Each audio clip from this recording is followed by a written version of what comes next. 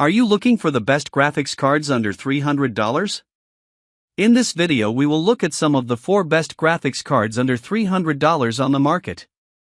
Before we get started with our video, we have included links in the description, so make sure you check those out to see which one is in your budget range. Number 1. Sapphire Radeon RX 7700 XT. Next, we're moving into the territory of Team Red with the RX 7700 XT. This is a solid mid-range GPU from AMD, and in our RX 7700 XT review, it has great performance at 1440p with ultra settings and even managed decent performance at 4K in some titles. This graphics card churned out 255, 210, and 94 FPS in 1080p, 1440p, and 4K in Doom Eternal at Ultra Nightmare without ray tracing on, respectively. By enabling ray tracing, we saw a drop in FPS, but that is expected.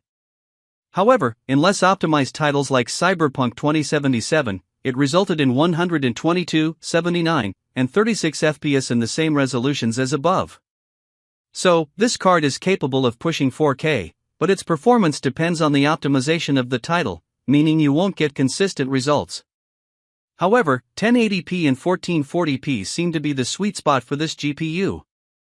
Regarding its specifications, the RX 7700 XT has 3456 stream processors, 54 ray accelerators, a game frequency of 2171 MHz, and a boost frequency of 2544 MHz. This means that this hardware is responsible for its impressive mid-range performance. You can also overclock the GPU for faster processing, but that comes at the cost of increased thermal output. According to AMD, this GPU's typical board power is 245W, which will most likely increase due to overclocking. In this case, we recommend using a PC case with good airflow and adding more case fans. The RX 7700 XT has 12 GB of GDDR6 memory with a 192-bit memory interface. This means that it has enough VRAM to handle demanding games and professional applications without a hitch. You should be able to take your in-game settings to the max without experiencing frame drops. However, remember that turning on ray tracing will bring the performance down by a significant amount. Number 2. Sparkle Intel Arc B580 Titan OC. With the addition of new graphics cards, there are more chances to land a good GPU from the previous generations for under $500. That being said, it isn't the case with the Intel Arc B580. It costs a whole lot less than $500 but can compete with cards that have a much higher price tag. In our Sparkle Intel Arc B580 Titan OC review, we thoroughly tested it in-house, and it showcased excellent gaming performance.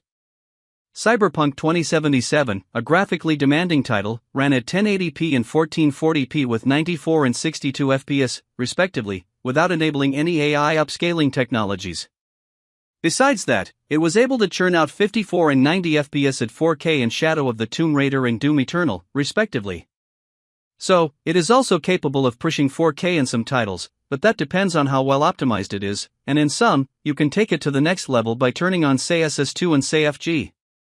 That being said, 20 say cores based on the new say 2 architecture power this GPU, and it also features 2560 shading units.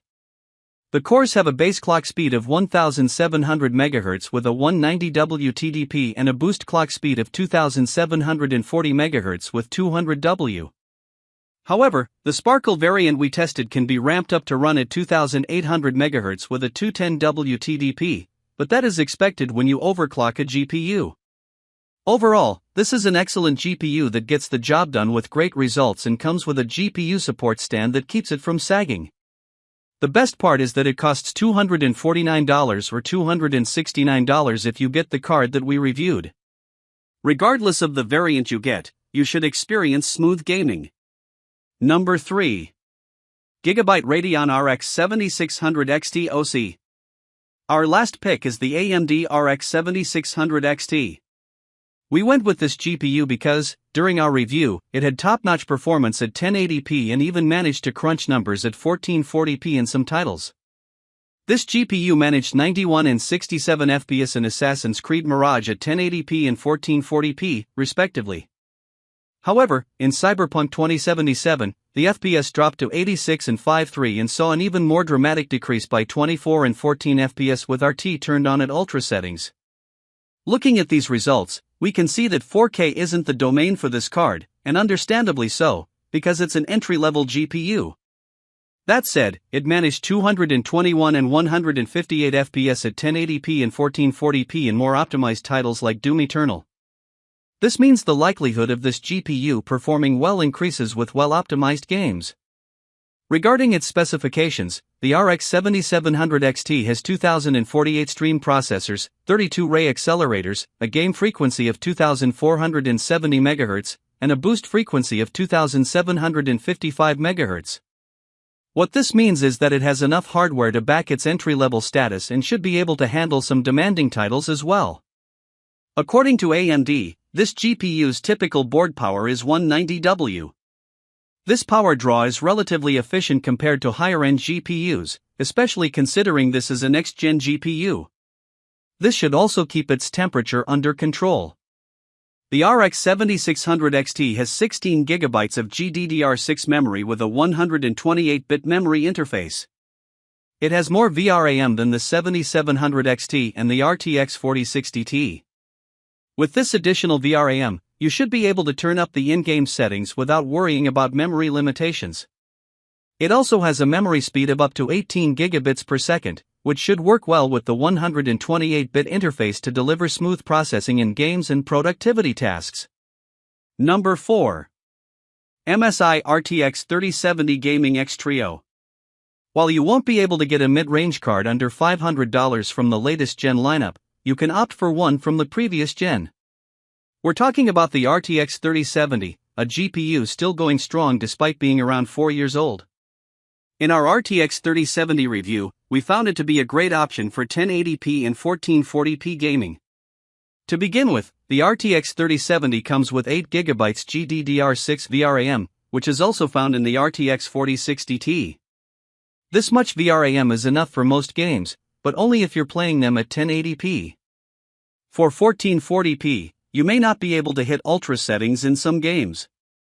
Aside from that, there are 5,888 CUDA cores inside the 3070, paired with a bandwidth of 448 GB per second and a memory bus width of 256-bit.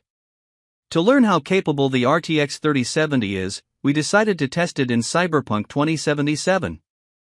This is one of the most demanding games out there, as it requires a powerful GPU to run smoothly. At 1080p, with everything set to ultra, the card delivered 98 FPS.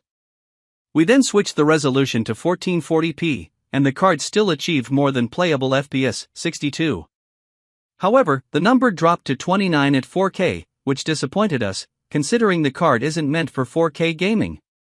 For reference, the 4070, RTX 3070's successor, gave us 108 and 74 FPS at 1080p and 1440p, respectively.